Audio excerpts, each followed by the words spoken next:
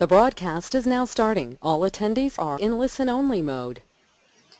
Good afternoon, and thank you for joining us for NCEA's webinar, Likes and Pins, Using Facebook and Pinterest to Market Your School, presented in partnership with RentWeb.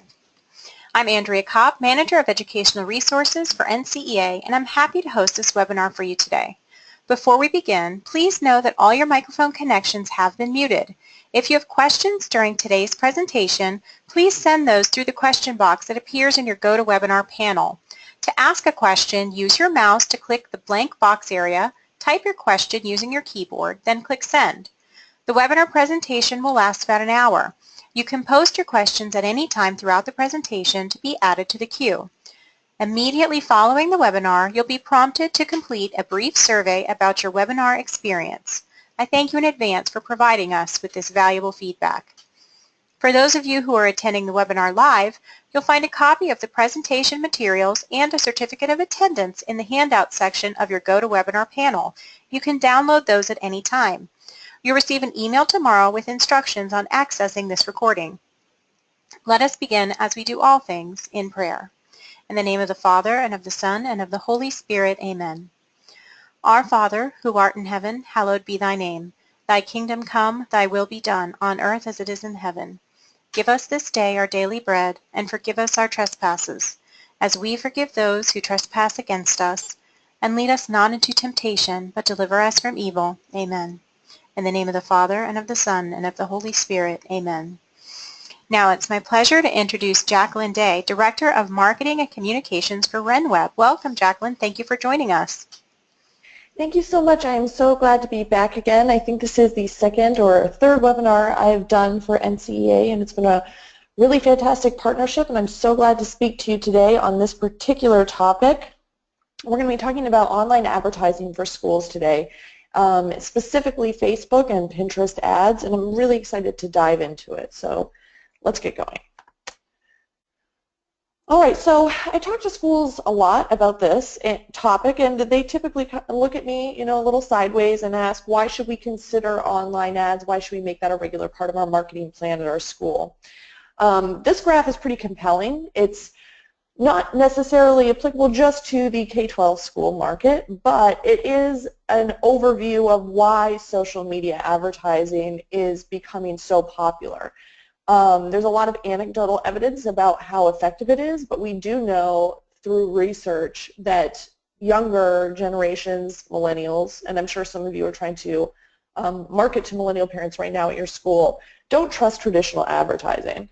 So traditional advertising, local regional newspapers or magazines that you may advertise your school in if you do any direct mail campaigns, if you have radio ads, those are the type of advertisements that are not going to be resonating as well with those audiences over the next couple of years. So I want to encourage you to think outside the box and look for different avenues. And I think that social media advertising makes a lot of sense for schools for a lot of reasons, but this graph really sums it up, which is that it is extremely cost effective. And it enables you to reach out to very specific groups of people demographically so that you're getting the biggest bang for your buck. So let's talk a little bit about online ads more generally.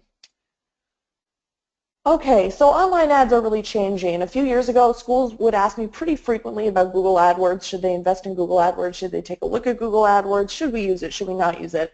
I think that for the most part, my advice to schools is no. Google AdWords is very expensive, and it tends to not receive the type of engagement that you'd be looking for.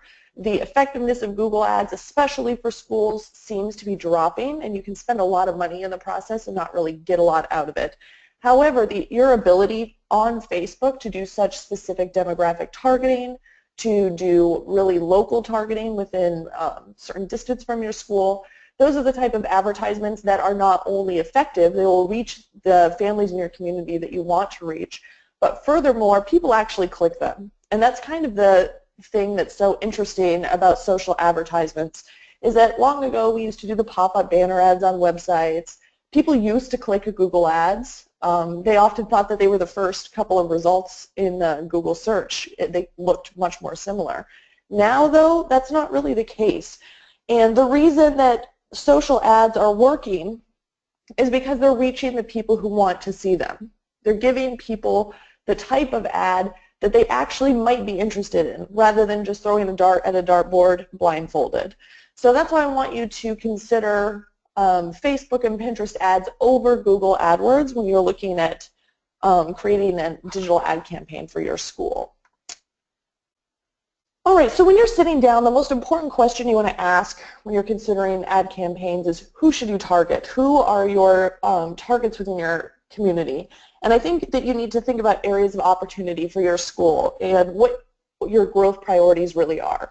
If you're looking to boost enrollment at your school, you're going to want to think about targeting families of a certain age, parents of a certain age, that will have students or children of a certain age. If you're trying to build your school from the ground up, try to get those foundational grades a little bit larger. If you're trying to get pre-K, K, first, second, third grade, then you want to look for maybe slightly younger parents. If you're a high school, then you'll want to be targeting slightly older parents. But you can also do social ads for other growth priorities. If you're trying to really establish a robust development and advancement office at your school, online advertising is a particularly effective way to boost the effectiveness of your campaigns. So you can do one or more of these things, target different audiences, but the most important thing is that you have a clear idea of exactly the person that you're trying to reach, whether that is all your constituents or maybe just your young alumni, for example. So here's a look at the three main audiences that schools are usually trying to reach, I mentioned prospective families and constituents, but I think current families is another one that you should be thinking about. A lot of times schools are like, why should we pay to advertise things to our current families? I think there's actually a lot of opportunity for this. Any fundraisers that you have, if you have deadlines, re-enrollment deadlines in particular, that's a great thing for you to be advertising on Facebook. I think that's the best application for that. And if you also have a referral program at your school, like a Tell a Friend family referral program, schools are implementing those more and more frequently. Advertising that sort of campaign on Facebook to your current families is an excellent way to get more attention to that initiative. For prospective families, you can advertise everything from open houses to special events, admissions deadlines if you have them. If you have targeted program, if you have really, really interesting programs at your school, you can target parents that may be interested in those type of things. Whether you have a really robust music program, if you have a great athletics program, if your academics are really strong, if you have a lot of really cool extracurriculars or clubs, those are the type of differentiators that you'll want to call out in online ads. As far as constituents are concerned, this is pretty cut and dry, but any alumni event that you have, or if you're trying to engage your alumni in any way, an online advertisement is the perfect way to catch their attention. If you have campaigns, and especially online fundraisers, Facebook advertisements are the perfect application to get more constituents to donate to your fundraisers through online payment portals. All right, so what do you need before you start? What are the tools that you really need? This may seem kind of obvious, but you do need a Facebook page, not a group, and not more than one page. I know that some schools do have multiple pages for their school. I think it's pretty typical for a school to have one Facebook page that's for the entire school, then maybe one Facebook page that's just for alumni, another Facebook page for perhaps a sports team. I would encourage you to consolidate all of your efforts into one page if possible, unless that's really working for you right now, and if it is, great. Keep doing it. For the most part, it gets to be a little bit too much and there's a lot going on, so if you can, consolidate all of your efforts into one Facebook page. The other thing that you'll need is a Pinterest business account, and I think there's a handout available there that lists some resources that I'm discussing today, so there's a link to how you can set up a Pinterest business account in that resource handout. So Facebook is pretty obvious. Why would you do an ad on Facebook? We've all seen them. We all know that they're effective. People click on them. There's a lot of evidence about this. But why Pinterest? Schools look at me and say, why? Why should we advertise on Pinterest? There's a couple really good reasons. But the best one of all is the demographic usage on Pinterest. So I'm just going to throw a few statistics your way right now. So 31% of all adult internet users, 31% of everybody on the internet uses Pinterest. That's 26% of the entire adult population in this country uses Pinterest on a regular basis. 44% of those users on Pinterest are women, and nearly 40% of them are under 50 years old. And here's the really interesting thing, and I think this is especially interesting for the private school audience, is that 30% of all users using Pinterest make over $75,000 combined household income. So they tend to be women between the ages of 20 and 50, making a pretty comfortable combined household income, and they use this very frequently. As all schools know, there's a big shift happening with marketing to millennial parents, and that is that women are becoming more and more frequently the breadwinners in the household. They're becoming more often the decision maker on things like schooling and doing school research within the home. So the reason that Pinterest is really important for schools to think about is it's relatively untapped. Your competitors are probably not doing anything here. 2, it's very affordable because you'll only pay what you want to pay. And 3, you're going to be targeting, in all likelihood, the exact people that would be interested in private school education. And that's why I think Pinterest makes a lot of sense for schools. And we're going to go into a few ways to harness that in a little bit. A couple other tools before we get there, though. Facebook Audience Insights. So this is also in the resource handout document. Facebook Audience Insights is going to allow you to build the audiences that you're trying to reach, whether this is people within your community or constituents or any other number of types of audiences. The point is you can choose from a lot of different demographic categories to create audiences that would be relevant to your particular institution. You can narrow down the audience that you're trying to reach with your advertisement by things like their age, gender, relationship status, their education, their job title. You can also narrow it down by other pages that they've liked. You can narrow it down by where they live, which is obviously the most important thing that you're going to want to pay attention to. You can do by household income, whether they own their home, their typical spending habits, purchasing habits. It's really insane how much information Facebook knows about people just based upon their Facebook usage. So the great thing about this and what this means for you is you are able to target people in your community that live very close to your school, let's say within 5 to 15 miles of your school, and you can further drill down on demographics to create a list of people, a list of parents that would be likely interested in researching a Catholic education for their student. Or they may not have even thought of it, and they see your ad and it seems interesting to them. They may not have even heard of your school. They may live 10 minutes away and don't even know you're there. So that's where this is really important for you to think about your ideal family that you want to be trying to recruit to your school. Think about what that family looks like, what they would want, and then you can start building these audiences to those specifications. The other thing that you want to think about is the graphic design that you're using for the advertisements themselves. I encourage you to not do so much graphic design as you do take really compelling photographs of your actual school. But if you do want to create a graphic that looks more like the one on the left there, I would encourage you to use canva.com. It's like canvas without the S. It's free unless you use their stock photos. It's extremely easy to use, drag and drop, and they already have on there the exact size templates that you would need for Facebook advertisements. And they also have ones for Pinterest posts. So it gives you a really good guideline for size. Even if you're just going to upload a photo and overlay it on that template, it's an easy way for you to get things to size before uploading it as your advertisement. But like I said, I do encourage you to take actual photos of your school and use those in your advertisements as opposed to using stock photos or creating some sort of text graphic. All right, so let's go step by step through Facebook. So there's two ways that you can create an advertisement or pay for a larger audience to see an advertisement on Facebook, I should say. And that is either boosting or creating an ad campaign. So these are very similar in terms of the way that they work, the audiences that you're targeting.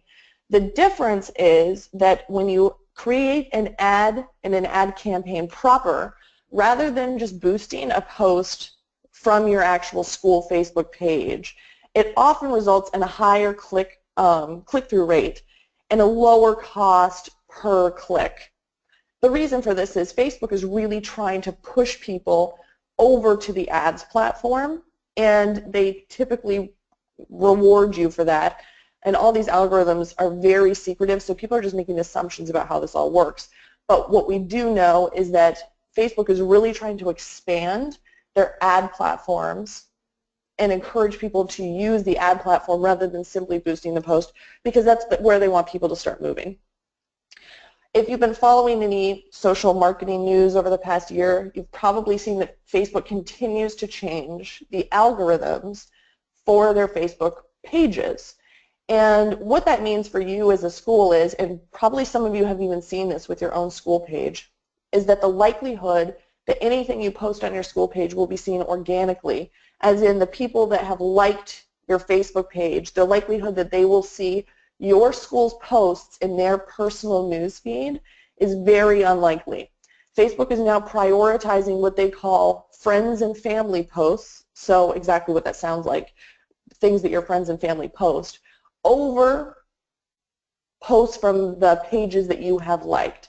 And the reason for that is money. They want business pages to either be boosting posts or creating ad campaigns or creating advertisements, so that it's not just a free page that businesses are getting free publicity using. They want people to start paying to play, for lack of a better word. So that's why it's really important that you evaluate your current Facebook usage in terms of it, whether you want it to still be a community building platform, which is what a lot of schools have been using Facebook for over the past 5 years or so, 5 to 6 years, or whether you want to start transitioning Facebook to your paid ads platform. I would encourage you to think about it as an ads platform for the sole reason that you could be doing a lot of really good work on your Facebook page and nobody is seeing it, or very few people are seeing it. And it may not be having the desired effect that you want, whereas with very small, modest ads, ad buys, you can really, really get a lot of attention on those advertisements. We're kind of at a peak, we're getting close to the peak right now of how responsive people are to Facebook advertisements and to social advertisements generally. People are still clicking them, people are interacting with them. So this is a good time for you to get on board. All right, so let's drill down on this a little bit.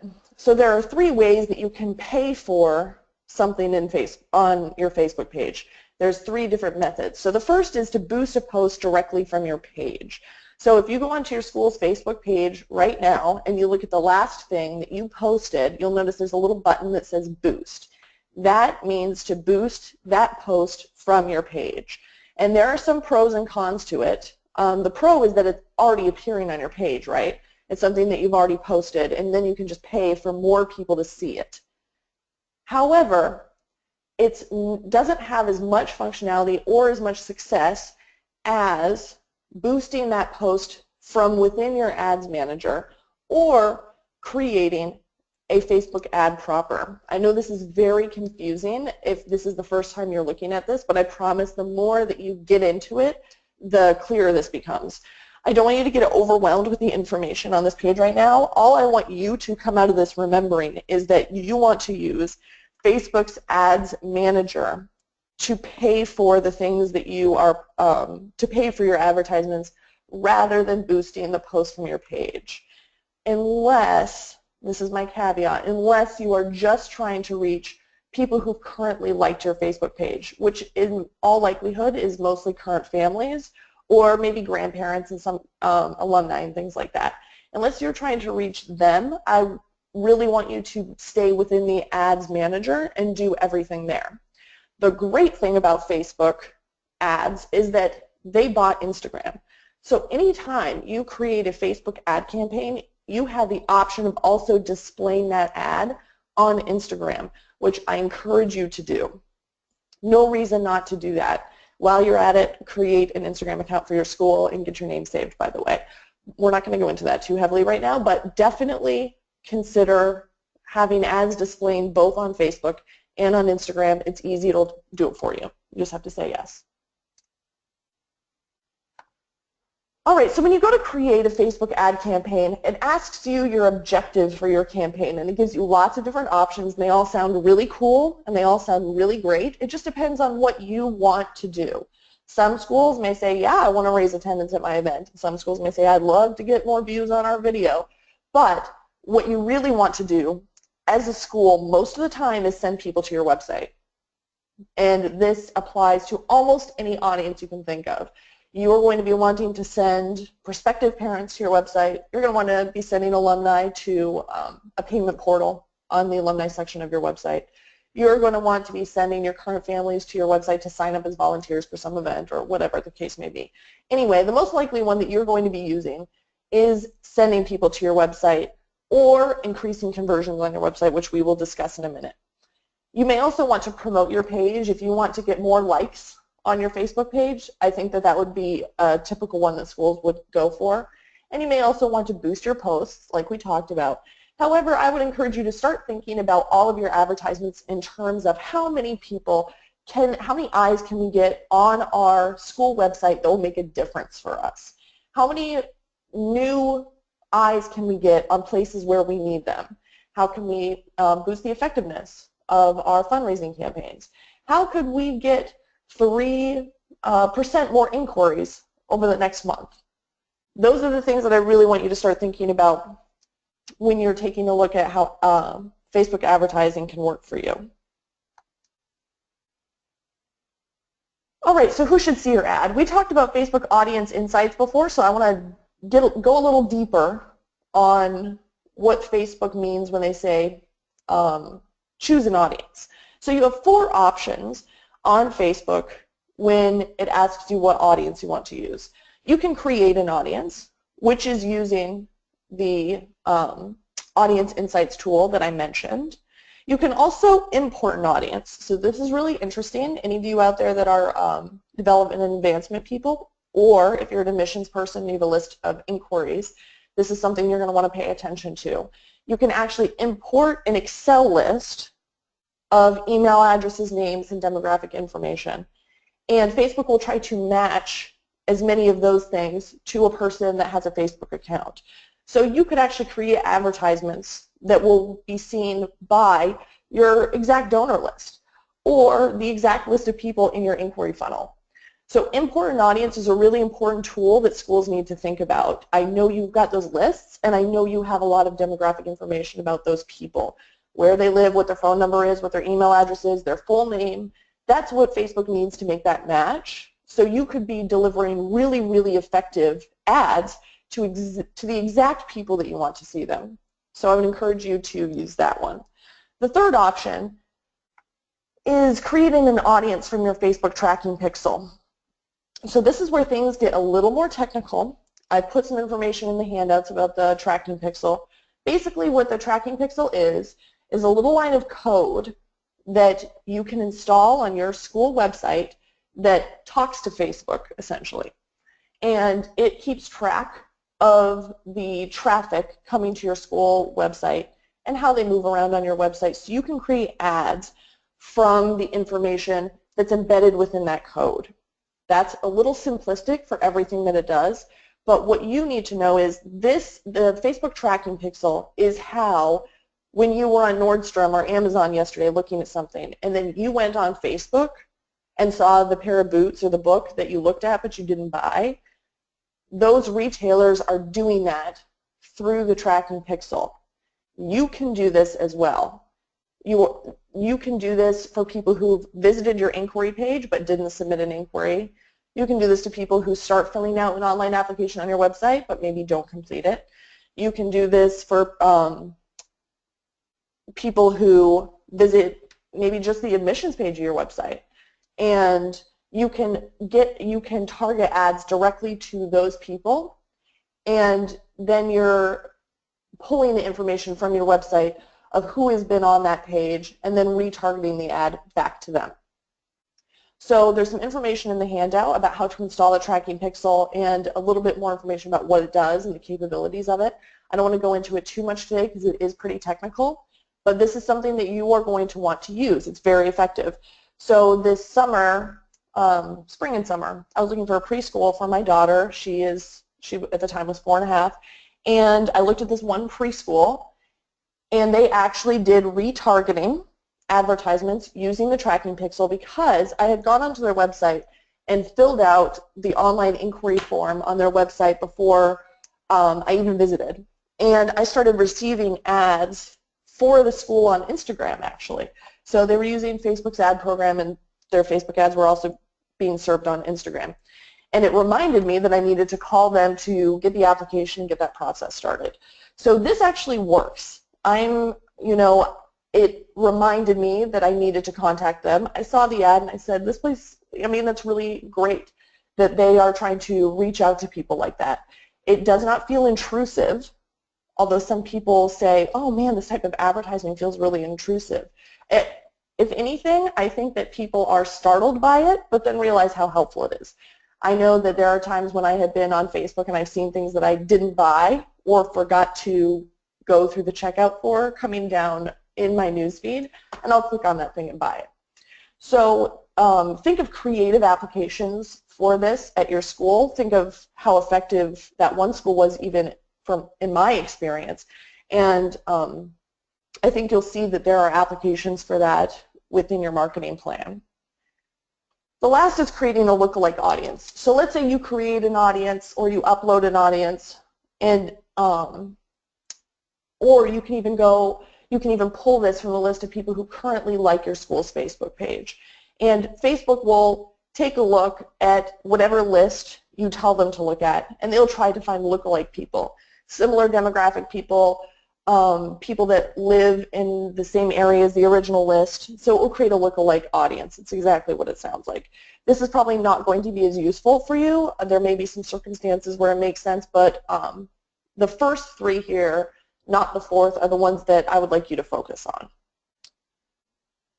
In case you don't have a Facebook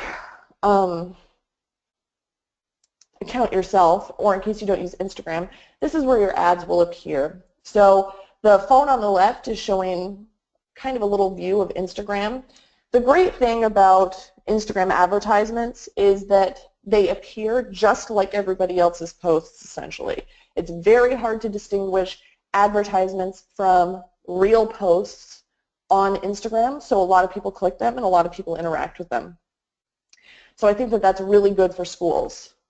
The other thing on Facebook you'll see is that advertisements come down through the newsfeed. They don't blend in quite as well as the ads on Instagram, but they do blend in. They're in the newsfeed like the other posts. And then you also get a little sidebar post there on the right. Think about when you are creating your ad and you're creating the graphic for your ad, I want you to think about the size of the ad and how that will look on mobile. So if I'm on the Facebook app on my phone, don't include any small, tiny text. Don't get too intricate with your graphics. You want to make sure that whatever it is eye-catching, but you don't have to get out reading glasses to see the text on the screen. All right, so I mentioned Canva before. If you are wondering how to get the size exactly right of your ad, this is giving you a little view here of how it looks. So once you log into Canva, it gives you options there to create ads, and Facebook ad is the first one on the list. So that will be the optimal size that you will use to create your advertisements on Facebook. And then you can adjust it for Instagram. You can either crop whatever you do for your Facebook ad into a square yourself, or Facebook can automatically do that for you. And if you are wanting to create a Pinterest advertisement, the wide skyscraper IAB size there is perfect for Pinterest. So keep that in mind as well.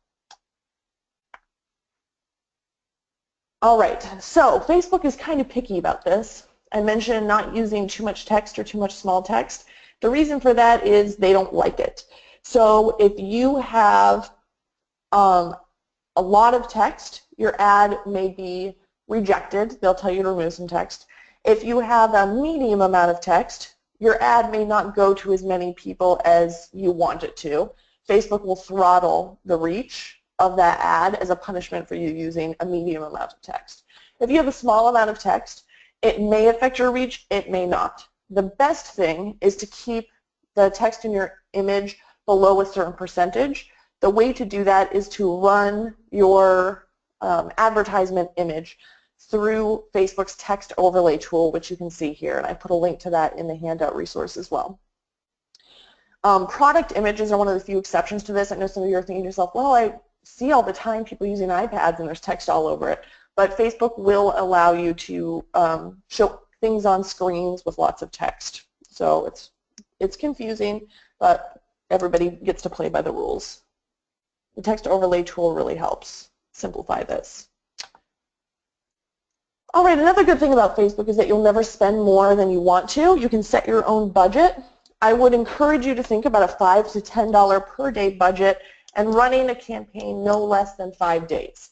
So plan ahead and see what time of year that may work for you. Take a look at your budget and see how that fits in.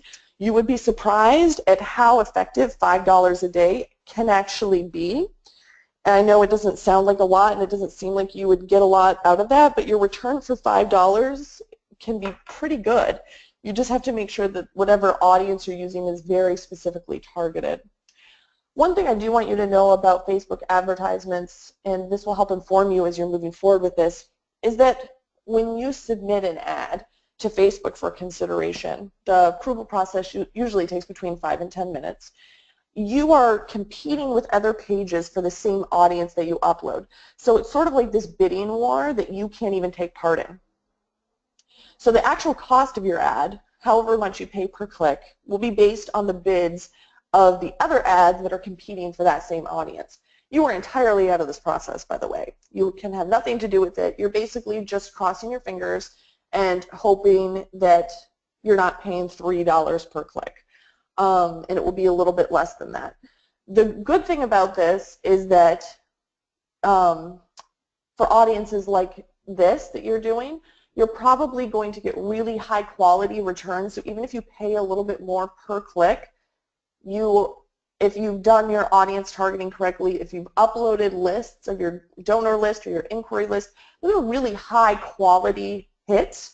So if you've uploaded your list of inquiries and you're paying, let's say, 50 cents or $1.50 per click off that list, that's worth something to you. It's worth spending 50 cents to $1.50 per inquiry if it's leading them back to the website and maybe getting them back into the admissions funnel.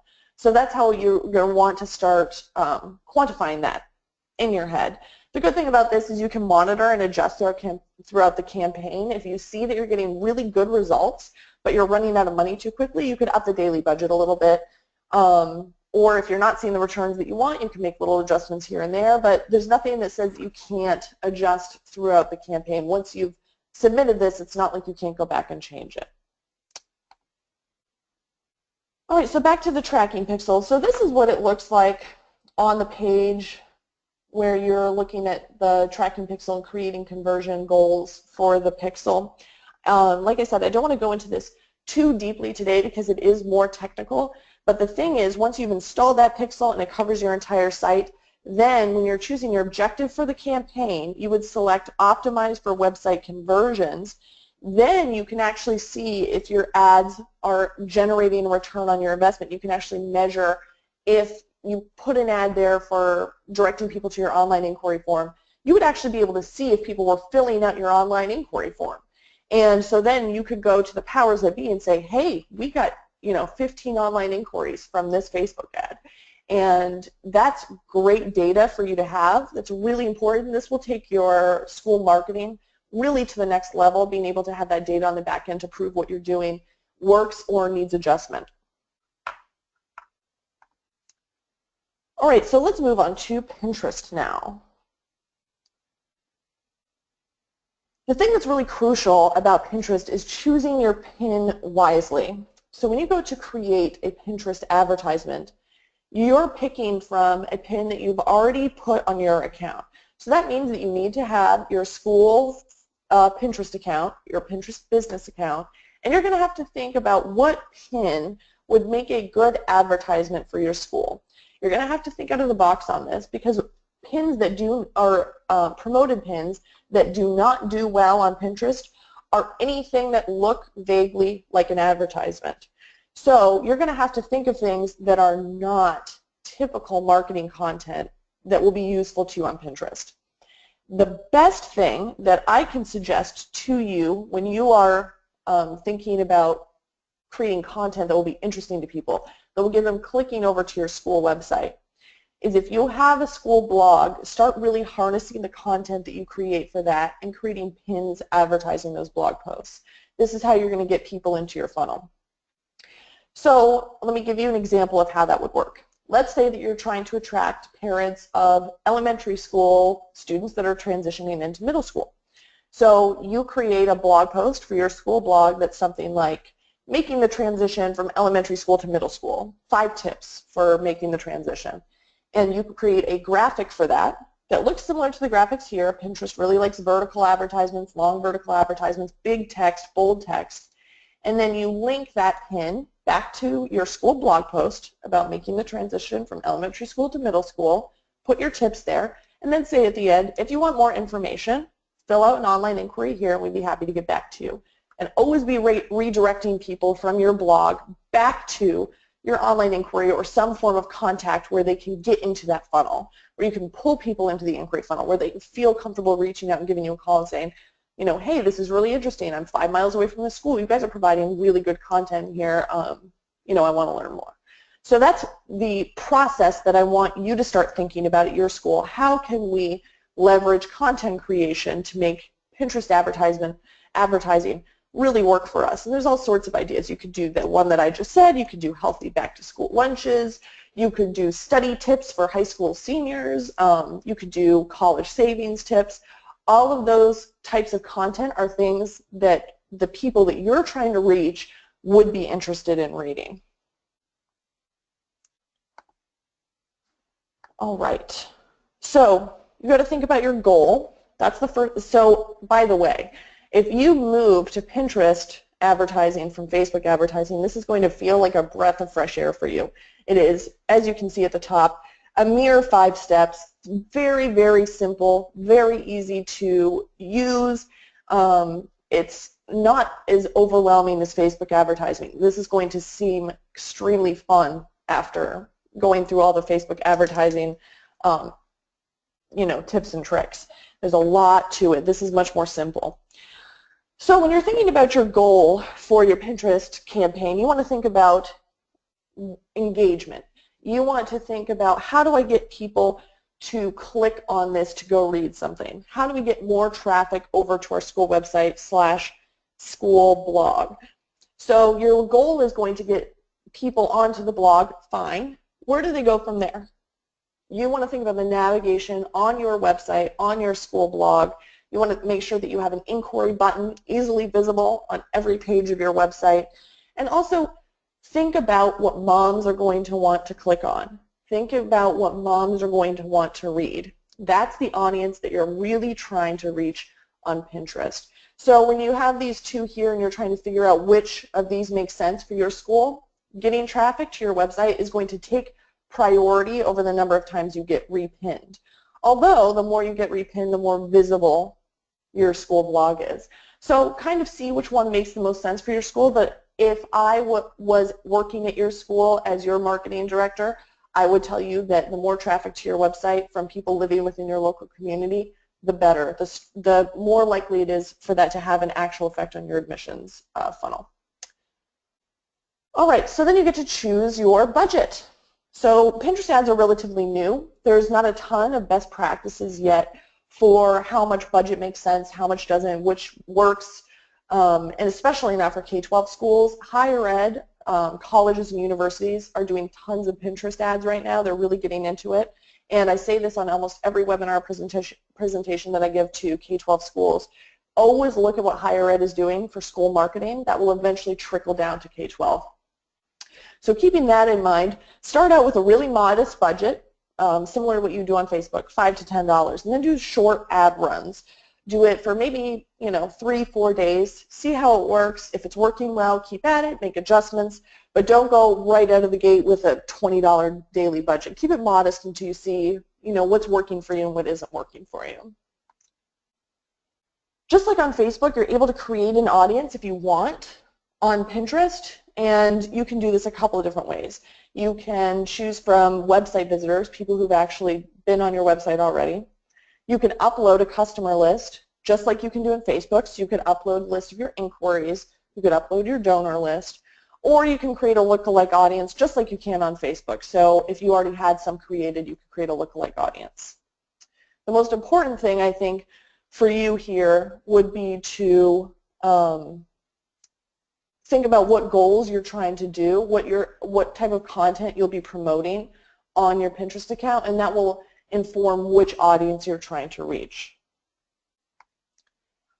For Facebook pins, the details are really what's important, making sure that you focus on the type of keywords and interests associated with your promoted pin is going to be key.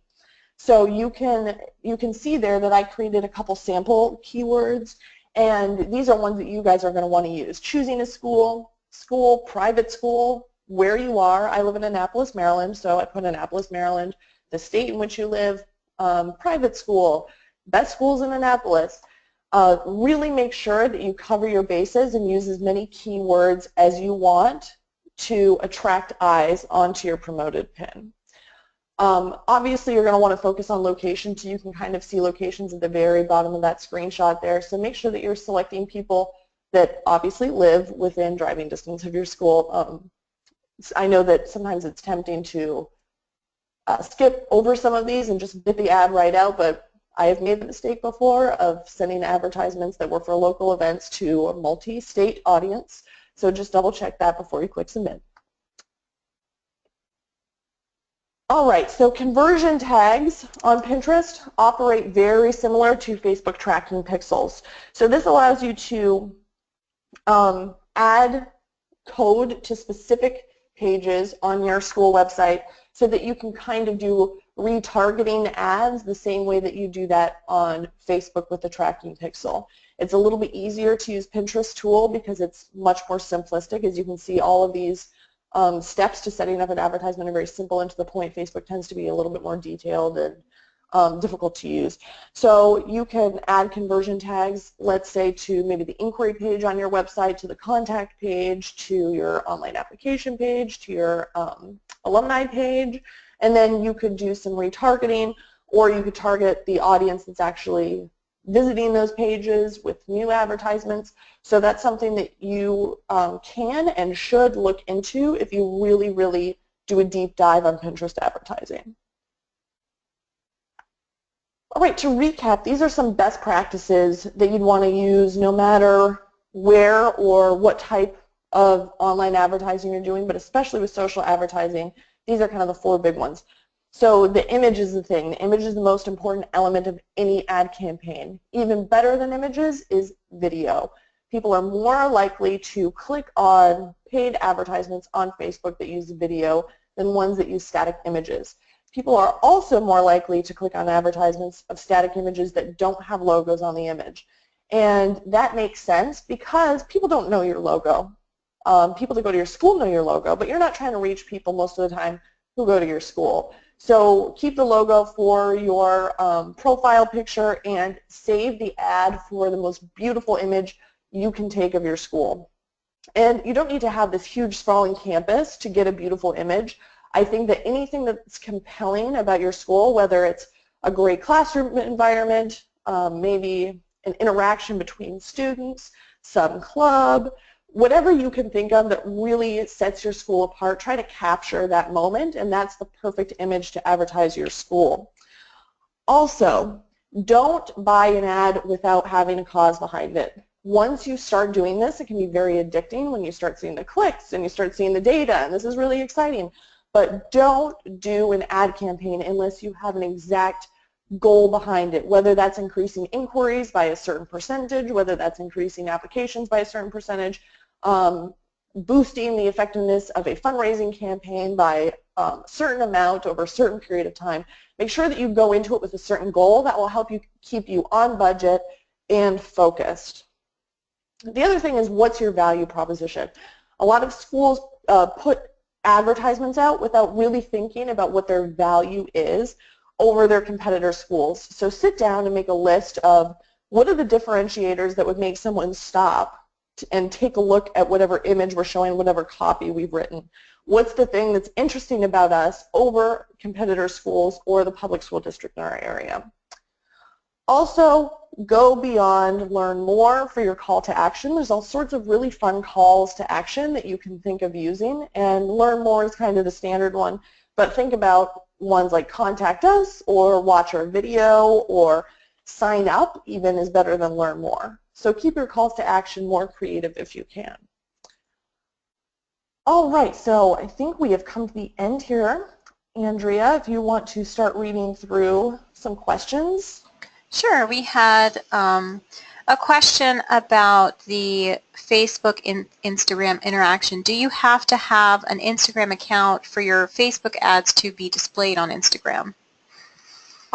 Yes, you do. You need to make sure that you have an Instagram account that you can link to from your school Facebook account, and so it doesn't need to be active. You can just have your school Instagram account, but it doesn't need to be active right away. You don't need to have it populated with a ton of images yet if you want to get going with those advertisements, because on an Instagram ad you can specify where the link goes to and where that ad leads to, so you don't necessarily need to have that profile completely active and up and running to start using that advertising tool on Instagram. But I would encourage every school to start thinking about ways to turn Instagram into the community platform for their school rather than focusing solely on Facebook as the tool of choice for community building. I think that a lot of that is moving to Instagram now. Thank you. There's a question about timing. Are there specific times of the month when it's better to run ads for a higher click rate? For example, this person wants to know, is August a good time to run enrollment ads, or is there a better time of year for that, or time of the month? I would definitely encourage you to follow the way that you've typically thought about those kinds of campaigns previously at your school. Whatever your enrollment season usually is and has been, try to follow that when you're doing online advertising. But the one thing I will say is that there is really no admissions and enrollment period anymore. And I think most schools definitely see this. Parents are always looking. Parents are always interested in finding a newer, better, more interesting school. And so there's no one best time of year anymore. And I think that online advertising gives you the ability to be flexible with that, where you may not be able to be if you're doing just print advertising or things like that.